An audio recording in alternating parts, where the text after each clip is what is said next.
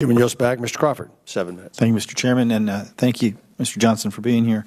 So you designated our voting network, essentially, not network is not the appropriate term, but it's critical infrastructure. Yes. So there are 50 states out there, and territories included, that probably have that many different versions, variations, methods, and so on of voting.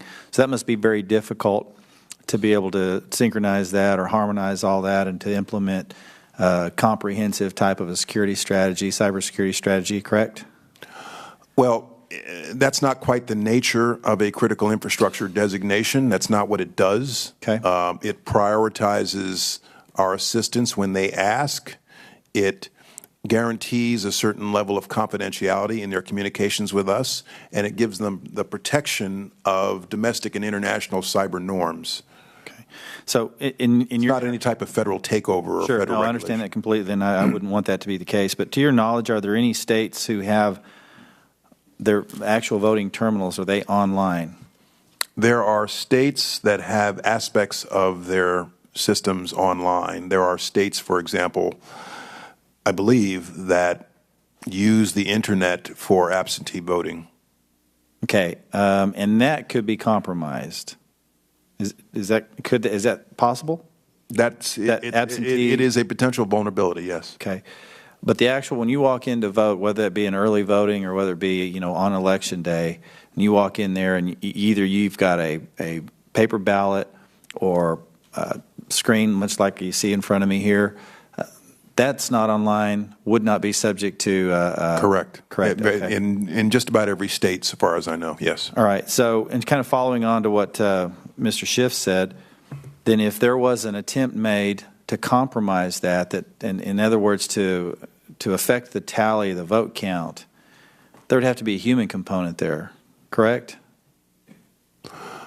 Well, there's a human component behind every cyber attack. I get that, but what I mean is that I'm talking about somebody within the realm of that election in that particular state, in that particular precinct or whatever, to be able to affect the outcome of that particular tally from that place. Do you follow my question? I think I do. Okay, so if for example, if there was a malware or something placed on a computer in the county courthouse or whatever, and they took a thumb drive, inserted that into a terminal, again, what you can't directly hack into this. Well, if your question is it impossible for somebody offshore to manipulate an election result? Mm-hmm. I'm not sure I would agree with you. Okay, can you tell me why? Well, first of all, you never know. I'm not disagreeing. You never know the limits of human ingenuity. Right. But to the extent any part of the system or the reporting of a result exists on the internet, we have to be concerned about the vulnerability of that, whether it's from an actor domestic or international.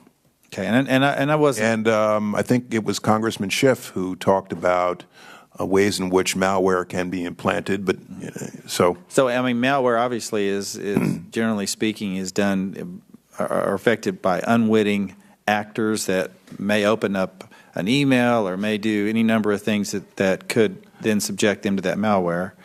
Well, if what you're asking me is whether it can only be the case that somebody could affect an election if they are domestic based, I'm not sure I would agree with that. Okay, and that's kind of the gist of where I'm going here is all the offshore stuff. I mean, obviously we have hackers from around the world, Russia most notably in the context of what we're talking about today, but there's been others that have played a role in trying to take active measures in elections.